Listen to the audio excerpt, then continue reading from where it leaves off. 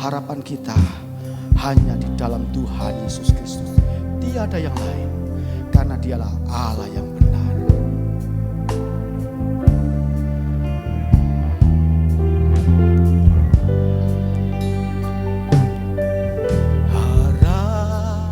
Harapanku dalam Yesus tak akan pernah sia-sia, dan imanku tetap teguh karena Yesus menopangku. Kami percaya Tuhan,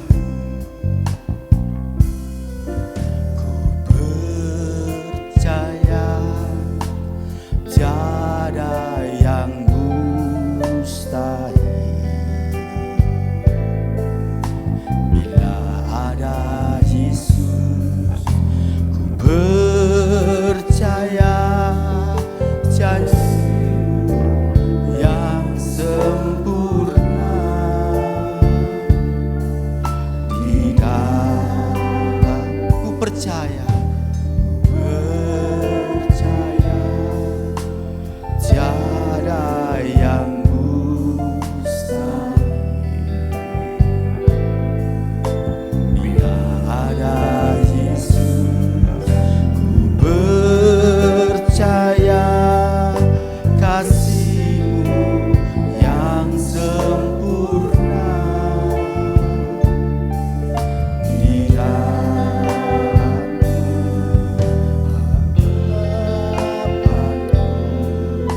Dalam Yesus tak akan pernah sia-sia, dan imanku tetap teguh karena Yesus menopangku. Harapanku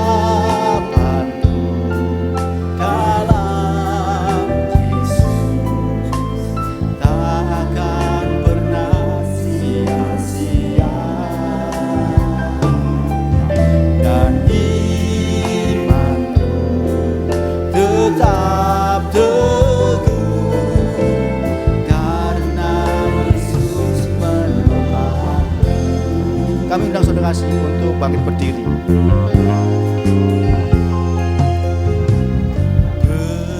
Percaya tiada yang mustahil. Bila ada Yesus, ku percaya janji yang sempurna di dalam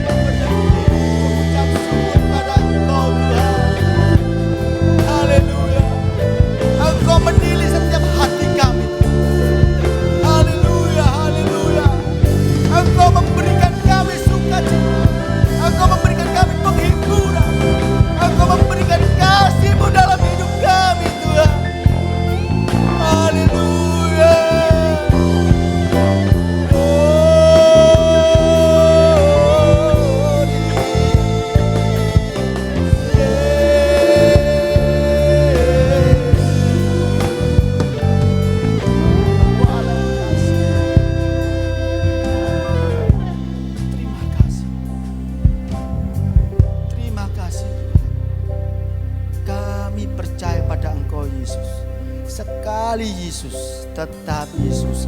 Sekali Yesus, selama-lamanya tetap Yesus. Karena Engkaulah Yesus, Tuhan kami. Engkaulah Raja kami. Engkaulah Allah yang sungguh dahsyat. Engkaulah Allah yang benar. Terima kasih Tuhan. Haleluya.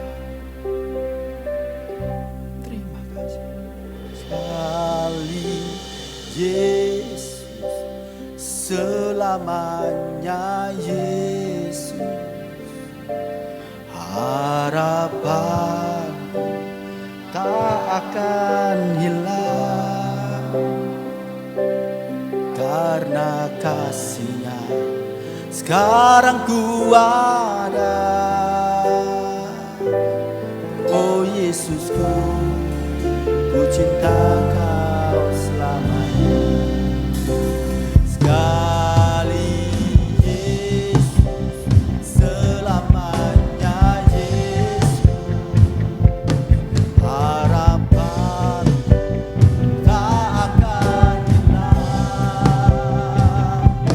karena kasih sekarang ku ada. Oh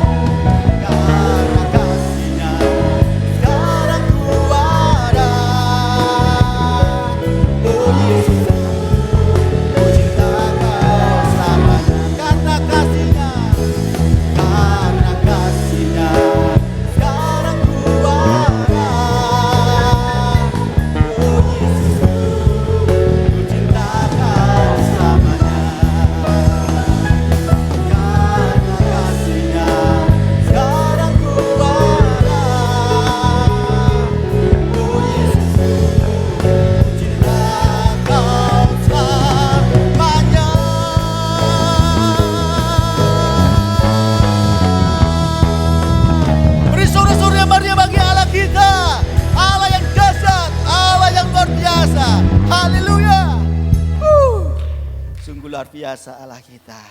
Kita sama-sama ya untuk gandol Gusti. Kenapa kita harus gandol Gusti? Kita harus berpengharapan pada Tuhan. Karena Tuhan yang memberikan kita keselamatan. Siap untuk gandol Gusti? Angkat tanganmu yang siap untuk gandol Gusti. Haleluya.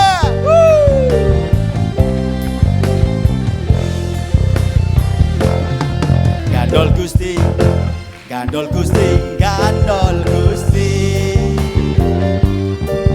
Bendino rino wengi gandol Gusti. Gandol Gusti, gandol Gusti, gandol Gusti. Saben dino rino wengi gandol Gusti. Kula ampun percaya ora bakal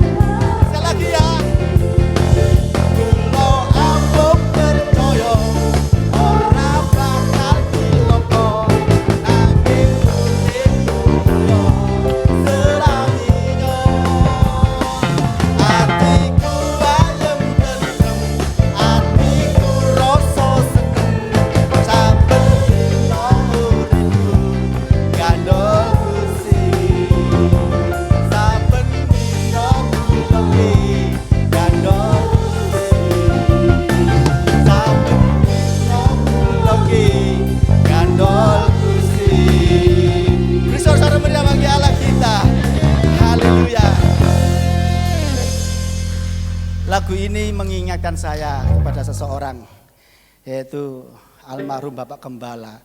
Karena apa? Karena tanggal dan bulannya itu sama-sama tanggal lahir saya. Jadi setiap ada ulang tahun Pak Gembala, saya mesti gandol Pak Gembala. Seperti itu. Saya lagu ini, aduh, ingat dengan Pak Gembala saya.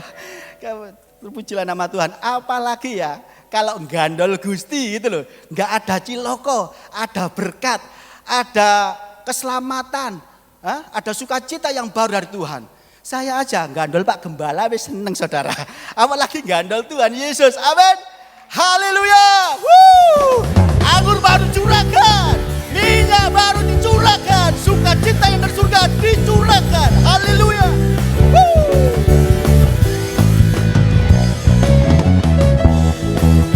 Tercurah di ini urapannya yang ajaib, memulihkan umatnya. Roh Kudus tercurah bagi gerejanya, membangkitkan umat pilihannya. Hari inilah harinya Tuhan, hari inilah harinya Tuhan. Saat pembebasan tiba, belenggu dosa telah dipatahkan. Mari bersorak bagi Dia. Anggur baru tercurah, penuhi umatnya dengan sukacita. Minyak baru tercurah, urapi umatnya, nyata kuasanya. Sungguh dahsyat Allah kita.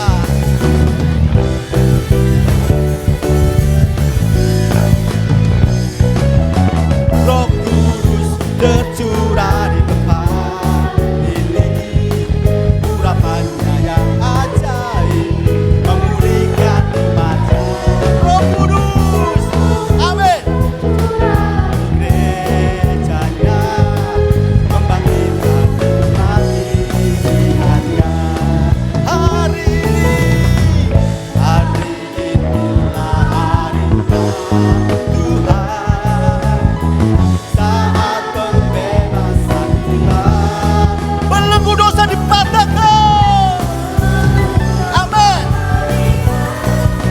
Kita sama-sama bersorak bagi Allah kita.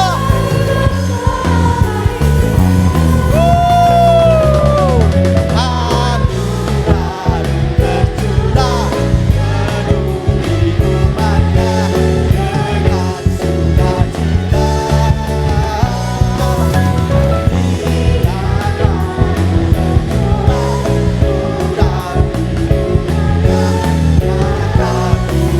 Kita saling memberkati ya bagi teman semuanya. Saling memberkati bagi kanan kirinya. Amin. Haleluya.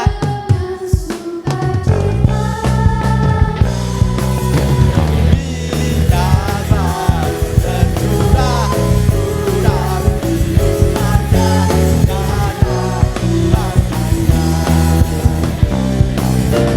Anggur baru tercurah, penuhi umatnya dengan sukacita. Minyak baru tercurah, urapi umatnya, nyata kuasanya. Nyata kuasanya. Nyata kuasanya. Bersorak meriah bagi Allah kita. Haleluya. Haleluya. Silakan duduk kembali saudara kasih. Haleluya. Saya lihat begitu penuh sukacita, ya. Enggak yang kecil, enggak yang dewasa, enggak yang yang sudah umur 60 ke atas, semuanya bersukacita. Karena apa? kita saat ini sudah diberkati Tuhan. Amin.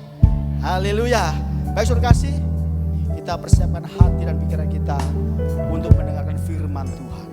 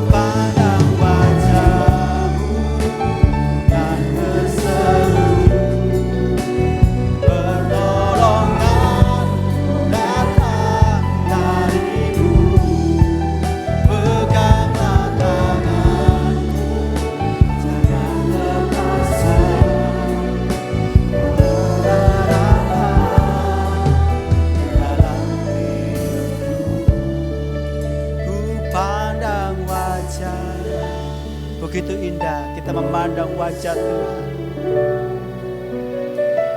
Kita berseru di hadapan Tuhan. Ya Tuhan, Kaulah pertolongan kami.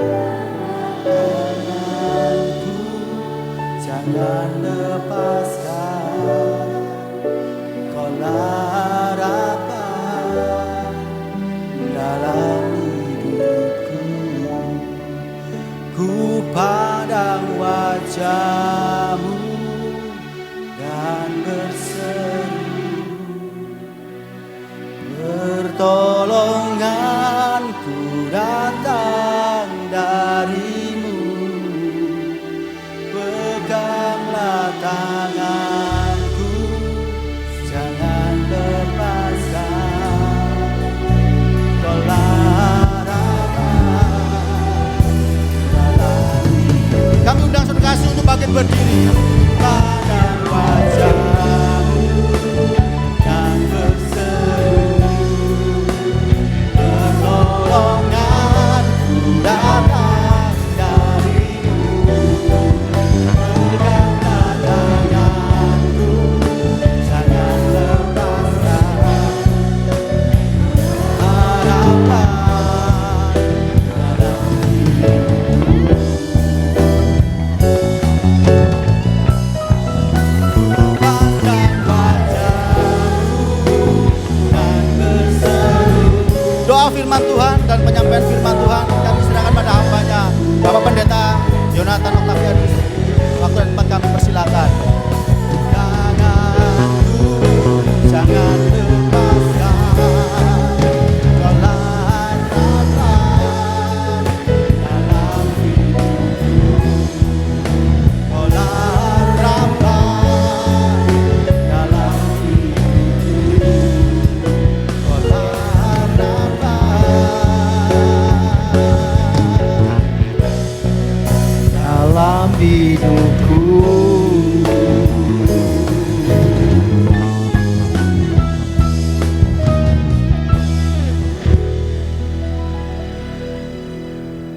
segala puji, hormat, syukur, kemuliaan, kebesaran, keagungan kami persembahkan pada Engkau, satu-satunya Allah dan Tuhan kami dan Juru Selamat kami.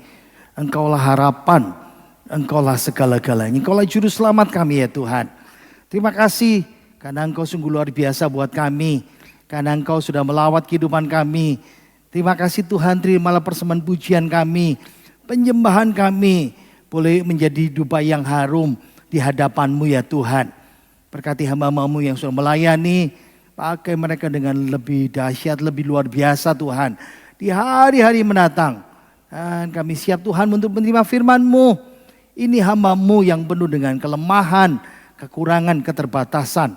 Tapi Roh Kudus sendiri akan berbicara buat kami. Urapi hamba-Mu, urapi seluruh sidang jemaat-Mu, supaya kami boleh mengerti, memahami akan firman-Mu, dan kami boleh lakukan dalam kehidupan kami Tuhan. Terima kasih Tuhan, kami siap menerima firman-Mu. Berkenalah Bapa di sorga, bijalah Tuhan Yesus. Di dalam nama Tuhan Yesus Kristus, kita semua yang percaya berkata, amin. Silakan duduk kembali. Tuhan Yesus memberkati kita semuanya. Shalom. Selamat pagi Bapak Ibu Saudara yang dikasihi oleh Tuhan. Bisa dikeluarkan slide-nya langsung. Hari ini kita mau perjamuan suci ya. Dan saya ingin berbicara, firman Tuhan mau berbicara tentang penyaliban Yesus. Nah ini lagi ada kontroversi. Saya menghormati Edis TV. Saya menyukai pelayanannya, luar biasa dipakai Tuhan. Tapi mungkin ada satu slip yang dia katakan, itu penyaliban Yesus. Siapa yang menginginkan Yesus disalibkan? Dia kasih pertanyaan, Bapa di sorga atau iblis? Ada banyak perdebatan, ada banyak jawaban dari apologet. Ada juga klarifikasi dari Edis. Saya dengar penyaliban itu rencananya iblis, tapi Bapa di sorga mengubahnya menjadi jalan keselamatan. Nah, supaya saudara dan saya tidak salah memahami bagaimana keselamatan itu, bagaimana penyaliban Yesus itu, ada 4 faktor yang saya mau bagikan hari ini. Yang pertama adalah faktor iblis. Katakan 2, 3. Faktor iblis. 2, 3 ulangi. Faktor iblis. Ayo kita baca ayatnya. Yohanes 8 ayatnya yang ke-44. 2, 3. Iblislah yang menjadi bapamu dan kamu ingin melakukan keinginan bapamu. Ia adalah pembunuh manusia sejak semula dan tidak hidup di dalam kebenaran. Amin. Jadi Bapak Ibu Saudara, harus kita perhatikan ya, memang kalau dari satu sudut saja iblis berperan di situ. Ia adalah pembunuh manusia sejak semula. Mulai dari Adam sampai sekarang dan sampai nanti. Dan ini fakta yang mendukung pendapat bahwa iblis itu aktor penyaliban Yesus Kristus. Kenapa? Iblis itu selalu ingin menggagalkan keselamatan. Kalau kita lihat ya, dimulai dari ketika Yesus lahir, orang Majus datang dan bertanya di mana raja orang Yahudi, dan Herodes agak marah besar karena dia tahu bahwa dia dilantik sebagai raja orang Yahudi. Lalu dia merencanakan dan melakukan pembunuhan bayi-bayi di Bethlehem. Lalu 3 pencobaan yang Yesus alamin, iblis berkata, tunduklah, sujudlah kepadaku, maka seluruh dunia ini akan kuberikan kepadamu. Tidak usah mati. Nah seperti itu ya, untuk menyelamatkan manusia. Lalu sepanjang 3,5 tahun pelayanan, bagaimana kebencian orang Yahudi dan para pemimpin. Dan kita tahu satu murid Yesus ditegur oleh Yesus, "Hanyalah engkau iblis. Karena engkau apa yang pikirkan manusia. Petrus bukan dirasuki setan. Salah ya. Petrus menyuarakan jadi juru bicaranya iblis untuk membujuk Yesus menghindari penebusan. Lalu pada akhirnya kita tahu iblis merasuki dan membisiki Yudas. Dan setan menggunakan Yudas Iskariot sebagai alat untuk mengkhianati Yesus. Dan akhirnya berujung pada penyelamatannya. Jadi kalau disimpulkan dari satu faktor saja, betul. Iblis selalu berusaha untuk menggagalkan rencana Tuhan di sepanjang masa. Dari zaman Adam, masa Yesus, 2000 tahun yang lalu, masa sekarang, sampai nanti. Tapi jangan lupa bahwa ada faktor namanya faktor Bapa Surgawi. Ayo kita katakan sama-sama, 2, 3. Faktor Bapa Surgawi. Nah, Bapa di sorga, yang kita sebut sebagai Allah Bapa itu, dia sudah menetapkan keselamatan itu, keselamatan saudara dan saya, bahkan dia sudah tetapkan, dia sudah pilih kita, dia pilih jalan salib itu sebelum dunia dijadikan. Bahkan sebelum semuanya ada, hanya ada Allah saja di kekekalan. Allah sudah menetapkan keselamatan kita dari kekekalan di dalam Yesus. Mungkin saudara tanya, mana ayatnya? Ini ayatnya. Efesus pasal 1 ayat 4 dan ayat 5. Ayo kita baca ya, sama-sama. 2, 3. Sebab di dalam Dia, berhenti dulu. Di dalam Dia ini di dalam Kristus. Ya, kita ulangi lagi, depan. 2 ada di depan ya. 2, 3. Sebab di dalam Dia Allah telah memilih kita sebelum dunia dijadikan. Ulangi lagi, sebelum dunia dijadikan.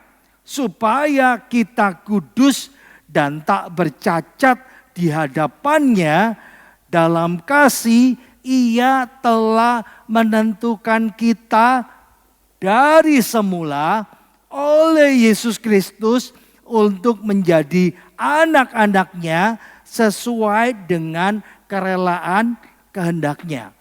Ayat yang kelima, Ia, Bapa di sorga, telah menentukan saudara dan saya yang diselamatkan itu oleh Yesus Kristus sejak semula. Dari semula. Dari apa? Sebelum dunia dijadikan.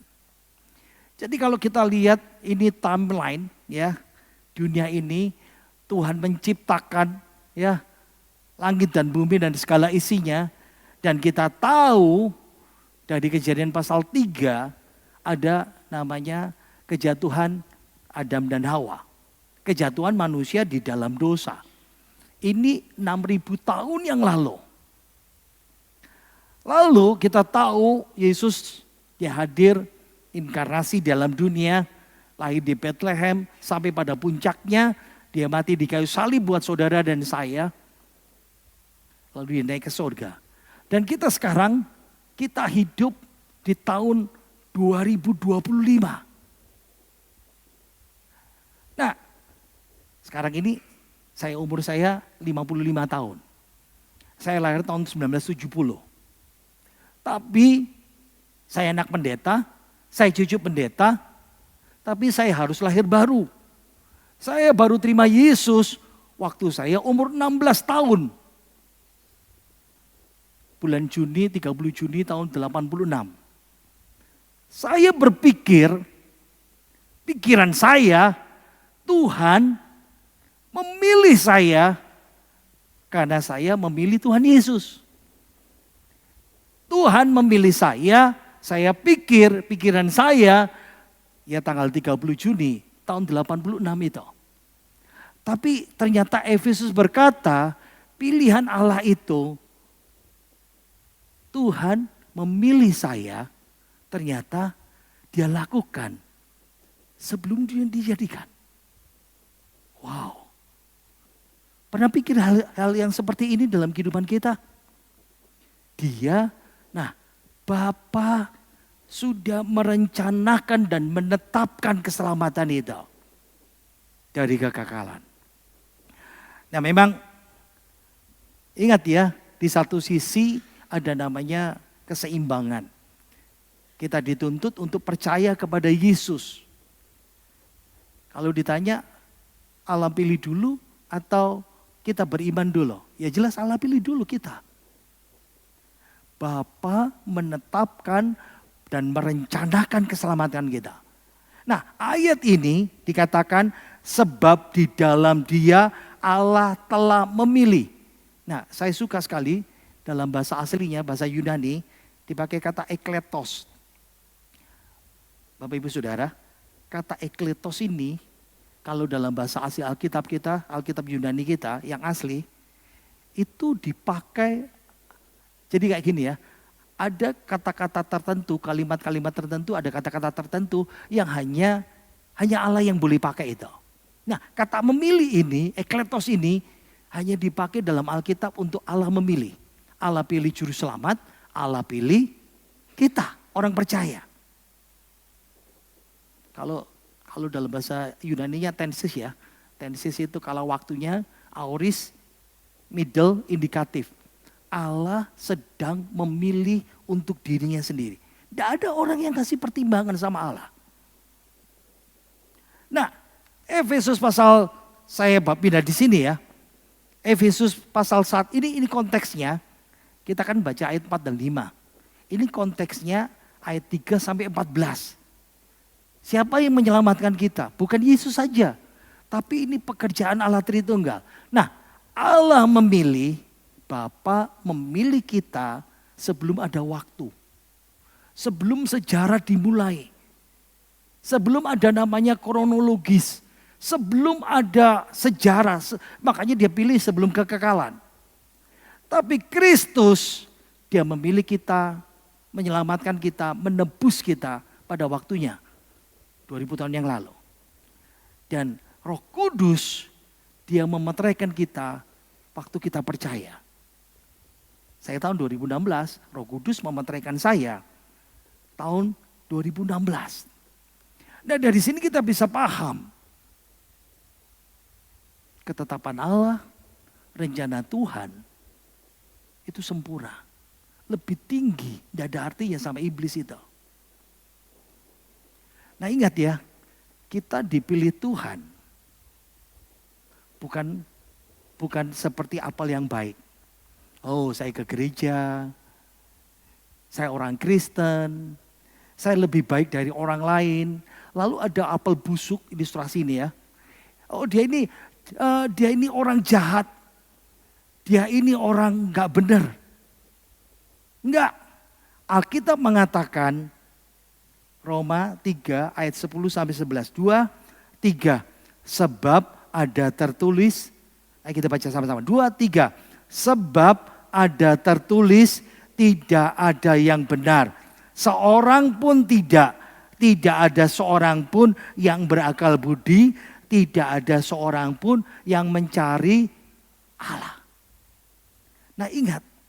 Tidak ada yang benar. Seorang pun tidak. Berarti saudara dan saya, kita dipilih dalam kondisi seperti ini.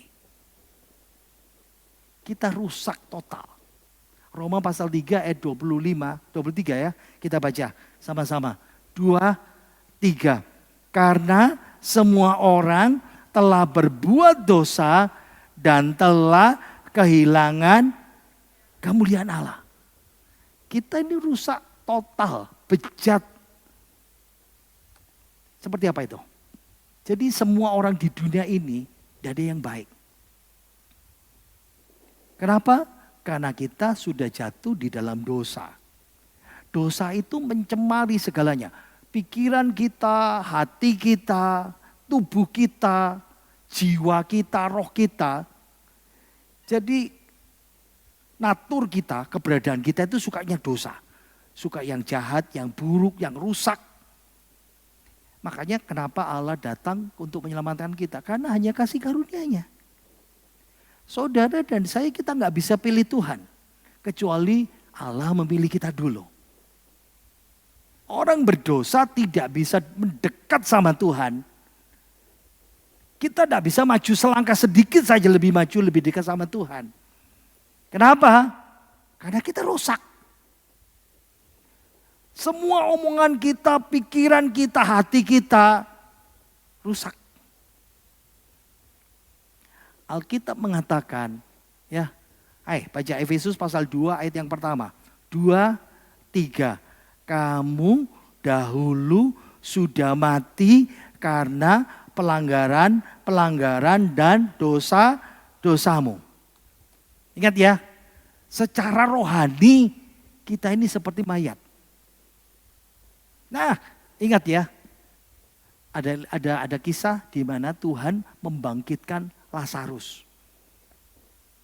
Nah, kita itu sama seperti itu ya. Secara rohani kita sudah mati di hadapan Tuhan. Jadi waktu lahir kita sudah berdosa. Waktu lahir kita bawa dosa. Seperti Mazmur pasal 51. Daud katakan, sebab di dalam dosa aku dikandung ibuku.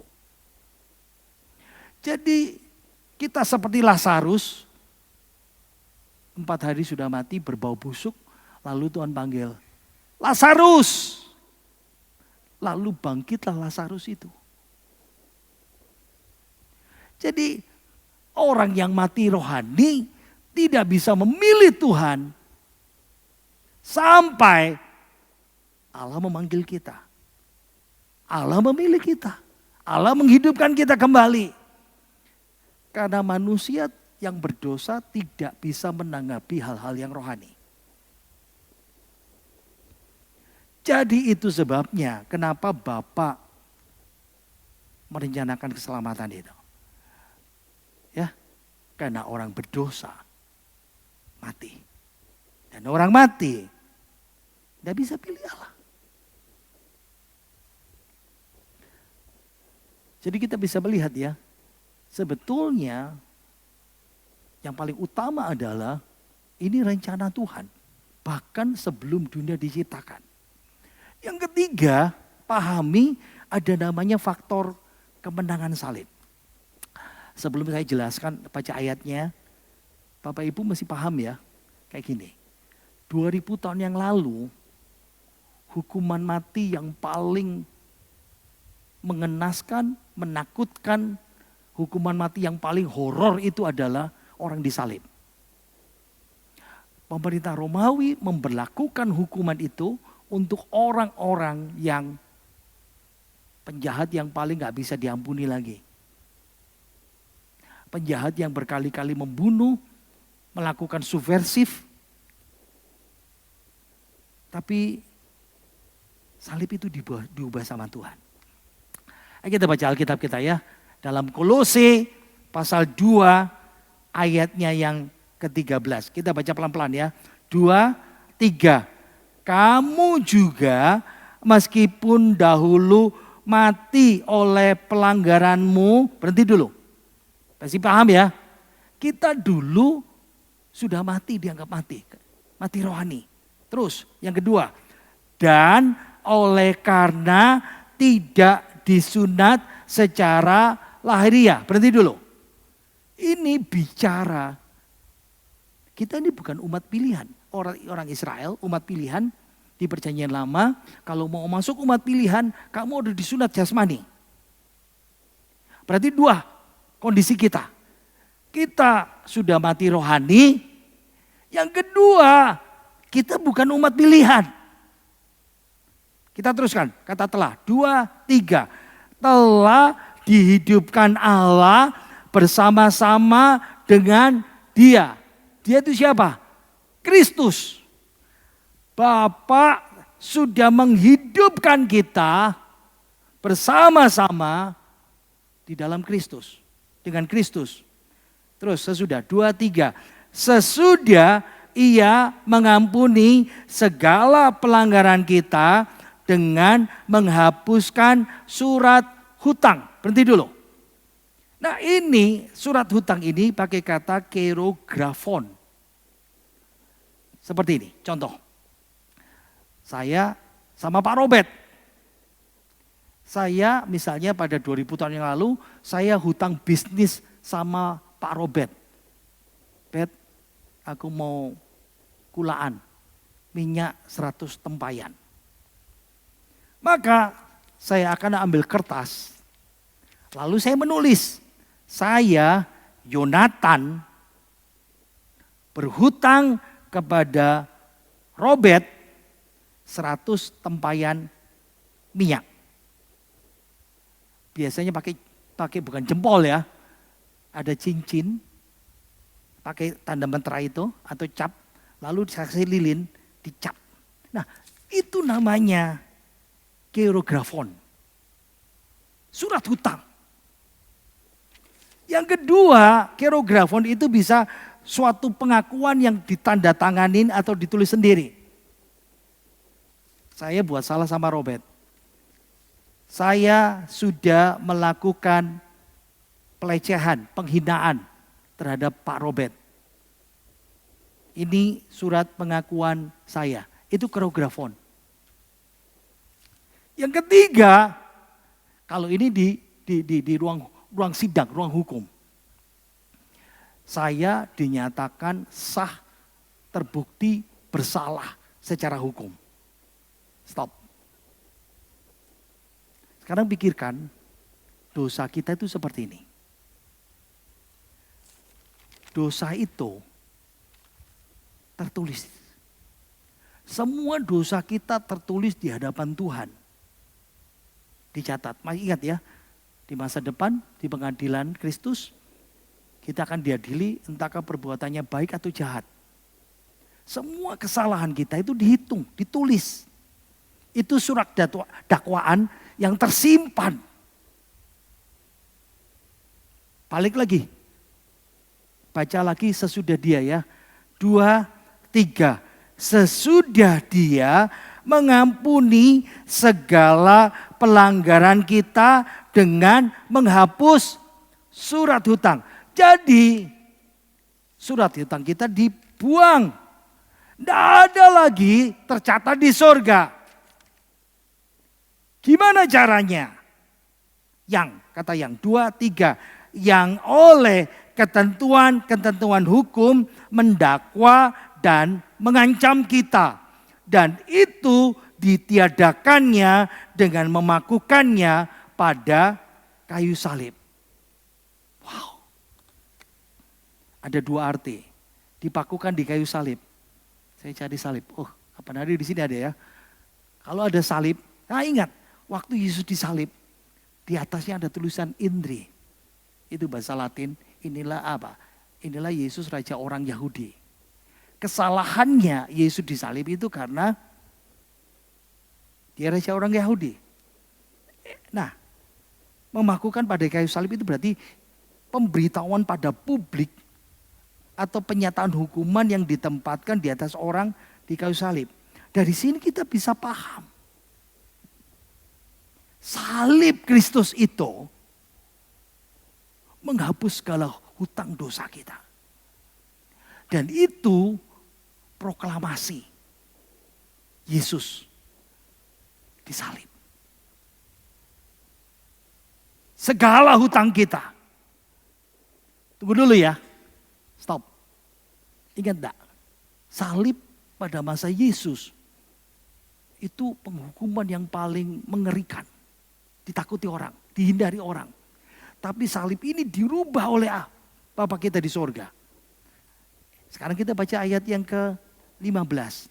2, 3. Ia telah melucuti pemerintah-pemerintah dan penguasa-penguasa dan menjadikan mereka tontonan umum dalam kemenangannya atas mereka. Orang berpikir salib itu adalah kekalahan Yesus. Tapi Paulus bilang, di salib itu dia telah melucuti pemerintah dan penguasa-penguasa. Siapa itu? Kuasa kegelapan. Dan semua pemerintah di dunia ini. Dan menjadikan mereka tontonan dalam sebetulnya parade kemenangannya atas mereka. Nah, salib itu dulu dipandang menakutkan. Nah, Paulus pakai istilah ini. Ini parade kemenangan. Ini cerita tentang parade kemenangan pada masa itu. Misalnya begini. Saya jenderal Romawi, penguasa dunia waktu itu. Misalnya, saya akan menaklukkan suatu kota. Kota Surabaya. Saya kepung. Biasanya nggak perang ya. Dirikan tempo-tempo pengepungan. Sampai setahun, 2 tahun kelaparan, tidak ada makanan. Lalu menyerah. Nah, waktu menyerah. Saya jenderal Romawi, saya akan masuk dalam kota itu, naik kuda putih. Lalu menawan semuanya. Nah, harta saya jarah. Para pemimpin-pemimpin kota itu akan saya arak, saya bawa ke kota ibu kota, namanya Romawi. Lewat namanya pintu gerbang kemenangan ini. Nah, jenderal Romawi, saya penakluknya, saya naik kereta, muka saya cat merah, seperti gambar di tengah ini. Lalu, yang di sebelah sini gambar, para orang yang ditaklukkan itu, dirantai, dipamerkan, ini orang-orang yang kami taklukkan itu. Yang gambar di sana, rakyat besar menyambut pawai kemenangan itu. Nah, gambaran seperti ini, kita baca lagi. 2, 3. Ia telah melucuti pemerintah-pemerintah dan penguasa-penguasa dan menjadikan mereka tontonan umum dalam kemenangannya atas mereka. Wow. Jadi salib itu kemenangan tertinggi dan terbesar. Dirubah Tuhan Yesus itu jadi kemuliaan. Kenapa? Hutang tertagih kita yang secara hukum Allah semuanya dilunasin. Makanya Roma pasal 8 ayat pertama, sebab tidak ada lagi penghukuman bagi mereka yang ada di dalam Kristus. Yang kedua, iblis dilucuti. Nah, kalau dalam pawai paradenya orang Romawi, ditelanjangin, digiring untuk dipermalukan dalam prosesi kemenangan itu. Dan setan dia mengira dia sudah memenangkan pertempuran terakhir. Dia menghasut Yudas yang berujung pada penyaliban Yesus. Tapi setan salah paham. Nah, ini namanya faktor yang keempat. Faktor terakhir namanya misteri. Ini namanya dalam Alkitab misterion. Rahasia Allah. Yang jadi pertanyaan kita. Apakah setan tahu Yesus harus mati disalibkan? Tahu enggak? Menurut Alkitab, tidak. Setan pun enggak tahu. Siapapun tidak memahami rencana utama Allah yang lengkap dalam keselamatan. Makanya ini disebut sebagai misteri buat semua orang. Siapapun kecuali Allah sendiri yang tahu. Makanya ada istilah dalam Alkitab namanya misterion. Misteri, rahasia. Ada 27 kali dalam Alkitab kita istilah misterion ini. Saya keluarkan 1-2 saja ya. Kita baca. Roma pasal 16 ayat 25. 2, 3.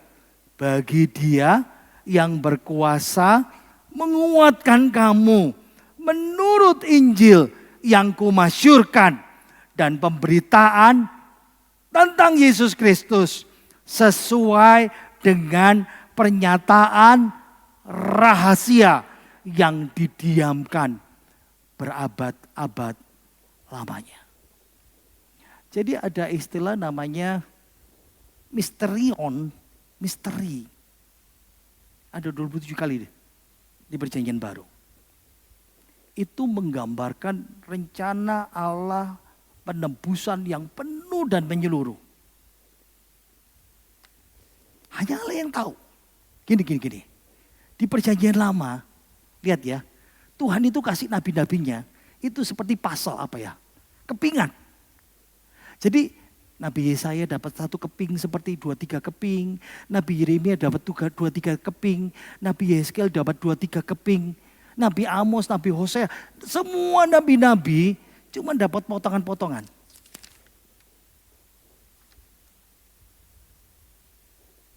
Padahal nabi itu disebut spokesman ya, juru bicaranya Allah. Tapi misteri ini tetap misteri sampai waktunya Allah pilih mengungkapkannya kepada kita. Makanya disebut rahasia yang didiamkan, tersembunyi di dalam Allah berabad-abad. Di Alkitab ini ada banyak misterion. Yang pertama misalnya, kenapa orang Israel 2000 tahun yang lalu mengeraskan hati tidak mau terima Yesus. Dan akhirnya ini yang membuat orang non-Yahudi kita diselamatkan dalam Yesus. Itu misteri yang diberitakan bangsa-bangsa melewat Yesus. Injil. Misteri Injil yang diberitakan kepada bangsa-bangsa lewat Kristus. Nah, misteri ini juga bicara bagaimana kita punya tubuh pengangkatan nanti. Misteri ini juga bicara bagaimana kita bangsa-bangsa non-Yahudi dan orang Israel akan menjadi satu waris di sorga. Ini bicara juga misteri hubungan Kristus dan jemaat itu seperti suami istri. Di Efesus pasal 5 ayat 22 sampai 33 ya. Hai istri bla bla bla bla. Hai suami bla bla bla bla. Ayat 32. Rahasia ini besar. Misterion ini besar. Yang aku maksudkan ialah hubungan antara Kristus dan jemaat. Lalu misteri tentang antikris di akhir zaman.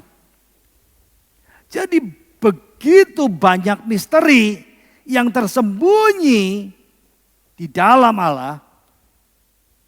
Dan itu baru diungkapkan waktu sesudah kemenangan Yesus Kristus. Masa iblis gak tahu? Pelan-pelan ya. Kita baca ayat ini. 1 Petrus 1 ayat yang ke-12. 2, 3. Kepada mereka telah dinyatakan. Berhenti dulu. Pada mereka ini nabi-nabi perjanjian lama dalam konteks ya. Kita ulangi lagi. 2, 3. Kepada mereka telah dinyatakan bahwa mereka bukan melayani diri mereka sendiri. Tetapi melayani kamu dengan segala sesuatu yang telah diberitakan sekarang kepada kamu dengan perantaraan mereka yang oleh Roh Kudus diutus dari surga. Menyampaikan berita Injil kepada kamu, yaitu hal-hal yang ingin diketahui oleh malaikat-malaikat. Nah ini, ingat ya, para nabi dan ciptaan yang lebih besar dari manusia, lebih tinggi itu malaikat. Malaikat Tuhan. Dan iblis asal mulanya malaikat Tuhan. Malaikat Tuhan pun gak tahu misteri ini. Harus sudah bedakan ya. Allah itu pencipta. Dia tertinggi. Dia maha kuasa, maha tahu, maha hadir. Kasihnya mutlak. Iblis dia hanya ciptaan. Enggak setara, enggak level sama Tuhan. Dia terbatas. Dia tidak tahu semuanya. Dia tidak punya kuasa atas semuanya. Dia penggoda dan membinasakan. Itu sebabnya iblis berpikir bahwa ketika dia menyerahkan Yesus untuk disalibkan, keselamatan gagal. Tapi tidak tahu ini misteri Allah, rahasia Allah. Bahwa salib itu kemenangan Kristus.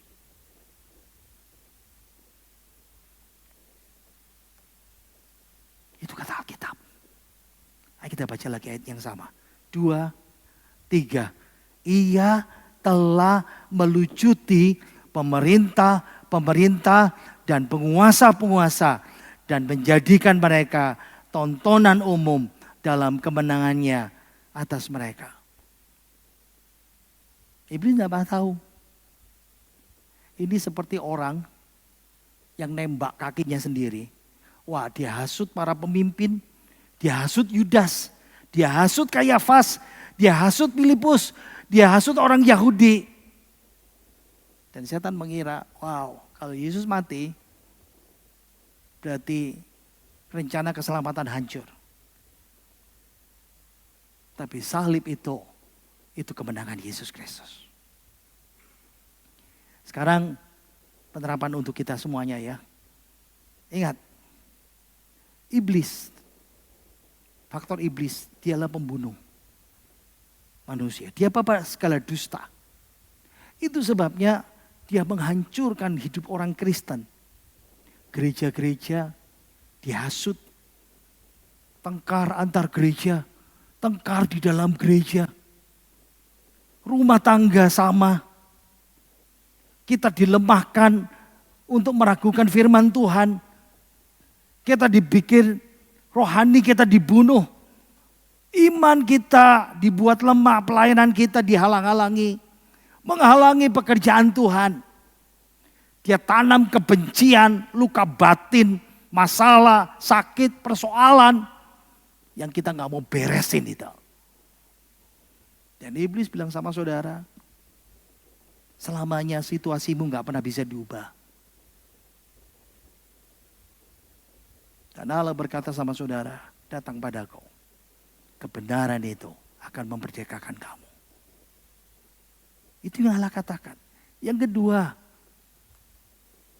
faktor Bapa Surgawi. Bapak Ibu Saudara, kasih karunia Tuhan itu tak bersyarat sepanjang kehidupan kita. Bahkan waktu kita gagal, kita jatuh, kita terpuruk. Dan ingat ya, kita punya namanya kelemahan. Tapi dia peduli dan mengasihi kita. Dia memanggil kita dengan panggilan khusus menjadi anaknya. Tapi kau harus hidup dalam kebenaran. Bukan dusta, bukan dosa. Tuhan tidak pernah meninggalkan engkau. Tapi Tuhan mau engkau bertanggung jawab. Hidup dalam kebenaran itu. Faktor yang ketiga, faktor kemenangan. Seringkali kita berpikir bahwa hidup kita ini, Tuhan aku orang kecil. Tuhan kekuatanku tidak seberapa. Tuhan modalku kecil. Tuhan aku tidak punya orang yang aku andalkan. Ingat ya, engkau punya faktor kemenangan yang paling besar dalam kehidupan kita, yaitu Yesus Kristus. Kalau Allah di pihak kita, siapa yang jadi lawan kita? Tidak ada. Amin. Kristus itu sumber dan faktor penentu kemenangan dalam kehidupan kita. Penghiburan yang keempat adalah ada misteri Allah yang selalu melingkupi kehidupan kita. Ayo kita baca ayat itu ya. Yesaya 55 ayat 8 sampai 9. 2, 3. Sebab pikiranku bukanlah pikiranmu dan jalanmu bukanlah jalanku. Demikianlah firman Tuhan, seperti tingginya langit dari bumi. Demikianlah tingginya jalanku dari jalanmu dan pikiranku dari pikiranmu. Otak kita, pikiran kita, logika kita, nalar kita nggak bisa menggapai Allah yang tidak terbatas itu. Jangan kecil hati. Pemain musik siap di tempat. Saya mau tutup dengan satu cerita, kisah nyata. Ada seorang ibu namanya Wosena. Dia hidup di satu negara di Afrika namanya Ethiopia. Dan dia tinggal di pedalaman. Malam itu dia sedang berdoa. Doa di gubuk reotnya. Dan dia berdoa dengan telanjang. Nah saudara pasti pikir, doa telanjang? Ya, sendirian ya. Tahu kenapa dia berdoa telanjang? Karena baju yang dia punyai cuma satu. Jadi hari ini dipakai seharian. Ingat ya, malam hari dia cuci. Dia gak punya baju lagi. Malam itu dia sudah berencana untuk bunuh diri. Dia siapkan racun. Dia sudah terbaring di lantai tanah gubuknya yang reot. Hujan mengguyur, atap jeraminya netes ke badannya. Hosea putus asa. Tuhan, keluargaku sudah 3 hari gak makan. Kami gak punya apa-apa. Dia punya 3 anak laki-laki. Dan mereka hanya minum air 3 hari. Jangankan bersekolah. Untuk makan pun tidak ada. Hosea punya pekerjaan. Dia kerja sama orang. Dia kerja menggembalakan sapi orang. Tapi digaji bukan dengan uang. Digaji sama makanan. Dan itu sudah habis. Malam itu dia berdoa, putus asa dan siapkan racun untuk dia minum. Tapi dia berkata sama Tuhan, Tuhan, tolong aku. Tuhan, tolong aku. Mujizat Tuhan bekerja luar biasa. Bapak Ibu tahu Tuhan kerja bagaimana? Caranya misterius. Dia kirimkan, Tuhan Yesus kirimkan. Nah, lihat ya. Yang warna hijau itu negara Ethiopia. Yang warna orange itu Amerika Serikat. Yang di atas Alaska ya. Tuhan kirimkan seorang nenek. Nenek yang biasa. Tinggal di kota kecil di negara bagian Nevada. Dan nenek itu yang mensponsori Hosea. Misterius cara Tuhan itu. Bagaimana Hosea bisa ditolong? Jadi ada konferensi wanita dan ada seorang yang dari Ethiopia menyebutkan namanya, itu konferensi wanita seluruh dunia. Kita bantu doa negara kami bla bla bla. Oh ya, bantu doa untuk seorang ibu namanya Hosea. Dia seorang janda, 3 anak yang susah hidupnya bla bla bla. Tuhan gerakan seorang ibu yang hidupnya sederhana, tapi tinggal di Amerika, dan kita tahu ya. Kalaupun dia hanya kirim $10, itu 160.000. Kalau dia kirim $100, berarti 1,6.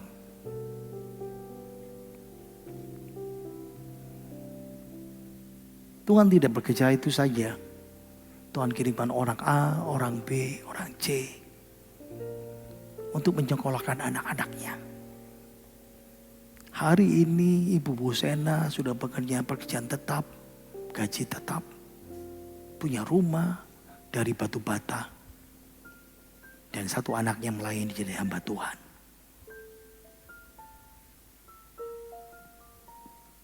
Bisa pikirkan tentang misteri Tuhan. Ayo kita baca lagi. 2, 3. Sebab pikiranku bukan pikiranmu, dan jalanmu bukan jalanku. Demikianlah firman Tuhan. Seperti tingginya langit dari bumi, demikianlah tingginya jalanku dari jalanmu, dan pikiranku dari jalan. Kalau hari-hari ini saudara sedang bergumul, dan saudaraku gak ngerti Tuhan, aku gak bisa paham banyak hal. Saya dan saudara gak bisa ngerti banyak hal.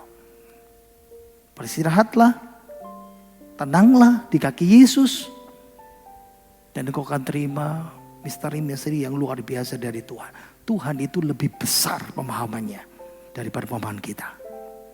Dia lebih kasih kebijaksanaannya melingkupi, menopang kita. Bahkan ketika merasa bahwa hidup ini mulai tidak masuk akal. Tapi misteri Allah bisa bekerja dalam kehidupan kita. Kita kan yang pujian kita, keperlu engkau Yesus. Ku perlu engkau. Hidupku ku tak dapat hidup tanpamu. Tolong diganti. Ku ingin bersamamu selalu. Peganglah tanganku.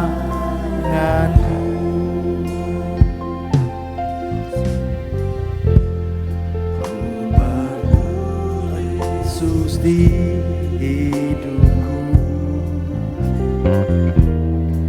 Ku tak dapat hidup tanpamu.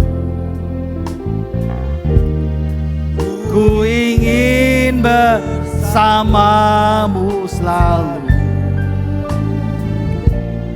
Peganglah tangan. Mari kita berdiri bersama-sama.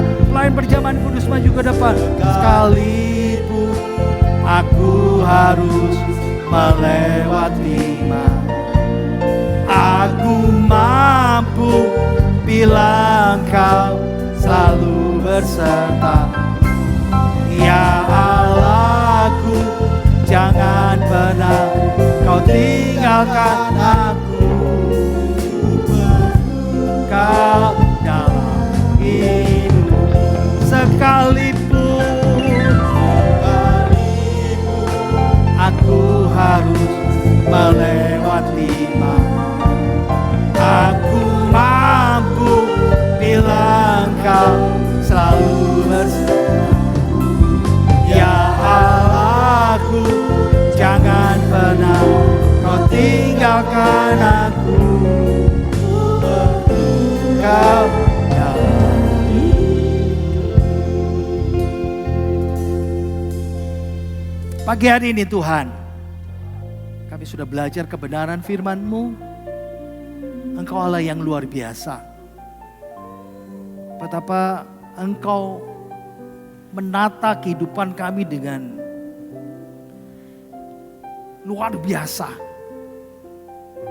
Kami tidak bisa membayangkan bahwa Engkau sudah menandai hidup kami. Bahkan sebelum dunia diciptakan. Betapa luar biasanya kehidupan kami itu Tuhan. Dan itu menguatkan kehidupan kami. Kalau Engkau peduli dengan keselamatan kami, Engkau juga peduli dengan hal-hal yang kecil, remeh, tidak berarti di mata-Mu, yang kami anggap besar, masalah besar dalam kehidupan kami. Terima kasih Tuhan Yesus untuk keselamatan sebesar ini. Yang Tuhan sediakan, yang Tuhan sudah siapkan buat kami semuanya. Biar kami bisa menyiapkan hati kami, hidup kami pagi hari ini. Kami mau bersatu dengan perjamuan kudus tubuh dan darah-Mu. Engkau yang sudah mati buat kami di kayu salib 2000 tahun yang lalu, menembus dan menggantikan kami. Ampuni kami kalau kami tidak layak bersatu dan tubuh darah-Mu. Sucikan kami, kuduskan kami, ampuni. Seperti kami juga mengampuni orang yang bersalah pada kami. Biarlah kami bisa melihat Engkau sudah mati buat kami, menebus kami. Dan kami melihat Engkau akan datang lagi untuk kami, menjemput kami. Kuduskan alat perjamuan kudus. Kuduskan hamba-Mu yang akan melayani. Kuduskan kami semua yang akan bersekutu dengan tubuh dan darah-Mu. Kuduskan hamba-Mu yang akan memimpin Tuhan. Di dalam nama Tuhan Yesus, kami siap melayani Engkau. Kami siap bersekutu dengan tubuh darah-Mu. Dan kita semua yang percaya berkata, amin. Silakan duduk kembali, sudah akan dilayani. Ku perlu Engkau hidupku. Ku tak dapat hidup tanpa-Mu. Ku ingin bersamamu selalu. Peganglah tanganku. Sekalipun aku harus melewati aku mampu bila Engkau selalu besertaku. Ya Allahku, jangan pernah Kau tinggalkan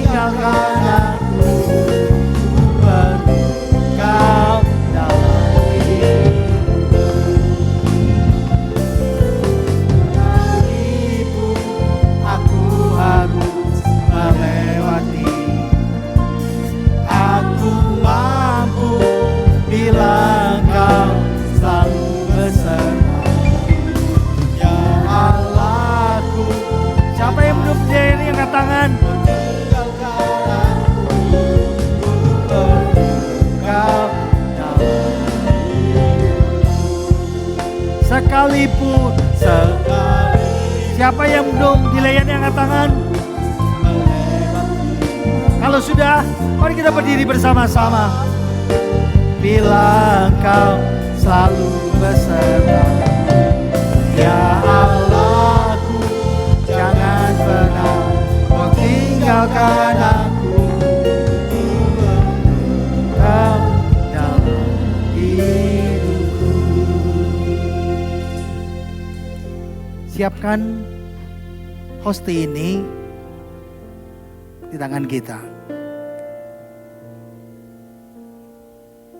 Tanpa Yesus, kita akan berakhir di neraka. Keselamatannya yang luar biasa itu adalah berita Injil buat saudara dan saya. Mari kita persiapkan. Angkat tinggi roti ini di atas kepala kita.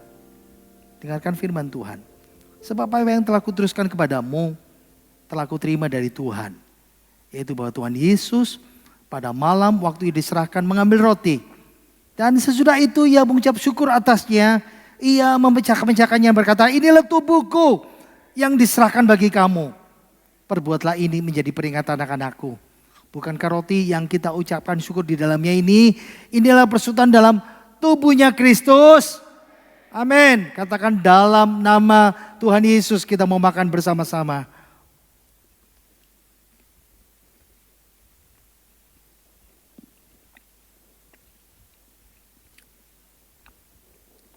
Siapkan cawan ini. Cawan ini adalah lambang darah Yesus. Darahnya yang mengampuni segala dosa kita. Kita mengatakan tanpa penubuhan darah tidak ada pengampunan. Angkat tinggi cawan ini di atas kepala kita.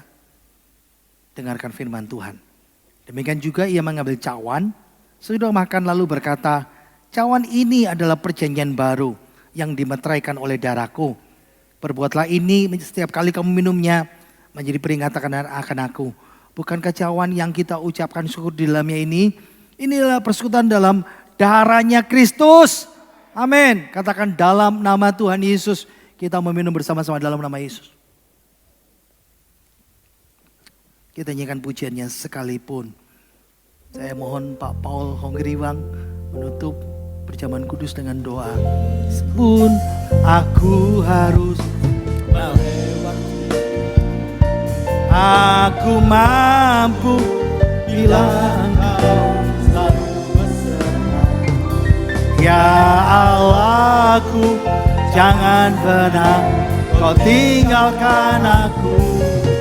Ku perlu Kau dalam hidupku. Kau dalam hidupku. Kami perlu Engkau.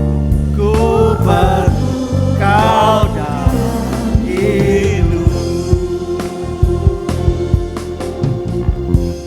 Haleluya, haleluya. Bapa yang ada di dalam kerajaan surga, Bapa yang kami sembah di dalam nama Tuhan Yesus Kristus. Kami boleh bersyukur kalau pada pagi hari ini kami boleh ada di tempat-Mu. Kami boleh memuji, memuliakan nama-Mu. Kami boleh mendengar firman-Mu yang bisa memberi kami kekuatan untuk kami melakukannya di dalam kehidupan kami. Juga kami bila bersekutu dengan Engkau di dalam tubuh dan darah-Mu. Tuhan terima kasih. Sucikan dan kuduskan terus kami supaya kami bisa melangkah maju berjalan dengan Engkau Tuhan. Terima kasih Tuhan, hamba-Mu yang sudah melayani, Engkau pakai terus, Engkau berkati keluarganya, berkati pelayanannya, dan berkati apapun yang dilakukan Engkau buat berhasil. Terpujilah nama-Mu ya Tuhan. Saatnya sebentar kami akan ada di tempat ini Tuhan, kiranya Engkau selalu berserta dengan kami. Sucikan dan kuduskan kami terus di dalam nama Tuhan Yesus Kristus. Kami berdoa, amin. Baik, kami mewakili Ibu Gembala dan jemaat GPT Logos mengucapkan terima kasih kepada Bapak Pendeta Yonatan Octavianus. Biarlah Tuhan selalu memberkati setiap pelayanannya dan juga keluarganya. Baik saudara kasih, kita akan memberikan persembahan Waktu persembahan kami persilakan.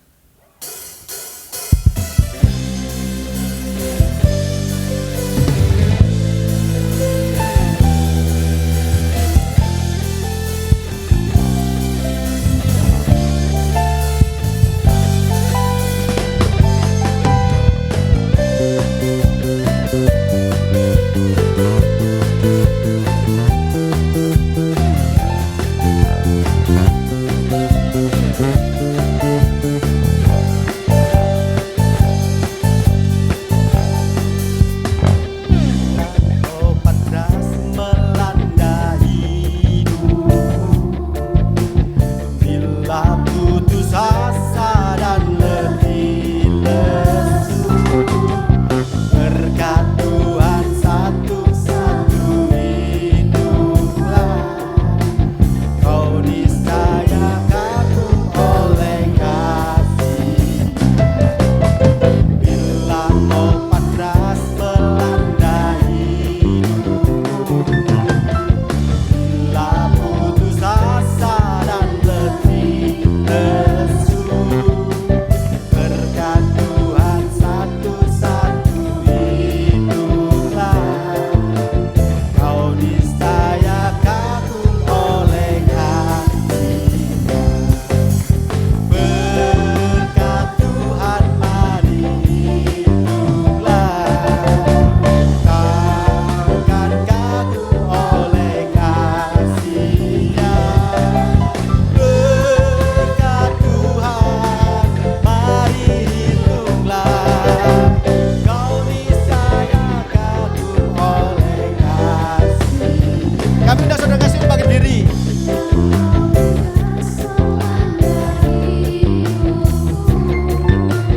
Bila putus asa dan letih lesu, berkat Tuhan satu-satu hiduplah, kau niscaya kagum oleh kasih. Berkat Tuhan mari hiduplah, kau kan kagum oleh kasih-Nya. Berkat Tuhan mari hiduplah, kau niscaya kagum oleh kasih-Nya. Berkat Tuhan mari. Tuhan sudah memberkati dengan luar biasa terkasih. Sekarang kita menghitung berkat-berkat Tuhan dalam kehidupan kita. Berkat Tuhan mari hitunglah, kau niscaya kagum oleh kasih. Berkat Tuhan, berkat Tuhan mari. Doa berkat dan doa penutup kami serahkan pada hambanya Bapak Pendeta Yonatan. Waktu dan tempat kami persilakan. Berkat Tuhan mari hitunglah, kau niscaya kagum oleh kasih. Berkat Tuhan mari hitunglah, kau niscaya kagum oleh kasih-Nya.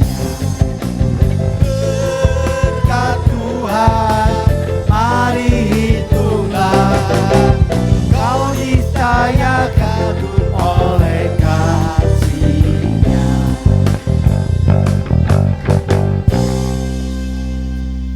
Mari kita berdoa. Segala puji, hormat, syukur, kemuliaan, kebesaran kami persembahkan pada Engkau.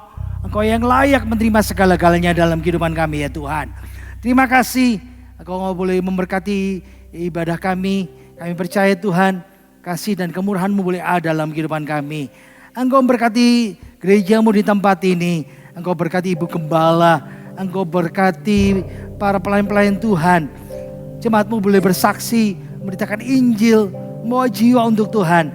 Susur kami yang sedang sakit, lemah tubuh dan persoalan dalam masalah, dalam nama Tuhan Yesus, Tuhan berikan pertolongan, mujizat-Mu, kesembuhan-Mu, pemulihan ekonomi, kestabilan politik bangsa negara kami. Tuhan Yesus menjaga melihara kesehatan kami, berikan kebutuhan kami, dan berikan kekuatan buat kami. Berkati persembahan yang kami kumpulkan hari ini, persembahan khusus kami, kolekta kami, persepuluhan kami, dan berkat-Mu menyertai kami semuanya. Mari kita buka tangan kita. Kiranya rahmat sejahtera dari Allah Bapa kita, dan kasih yang Tuhan Yesus Kristus, dan Roh-Nya yang kudus, menyertai dan memberkati kita, mulai dari sampai selama-lamanya. Kiranya Dia menyertai kita pulang sampai di rumah dengan selamat. Di dalam nama Tuhan Yesus, semua yang percaya berkata, amin. Selamat hari Minggu, Tuhan Yesus memberkati kita semuanya.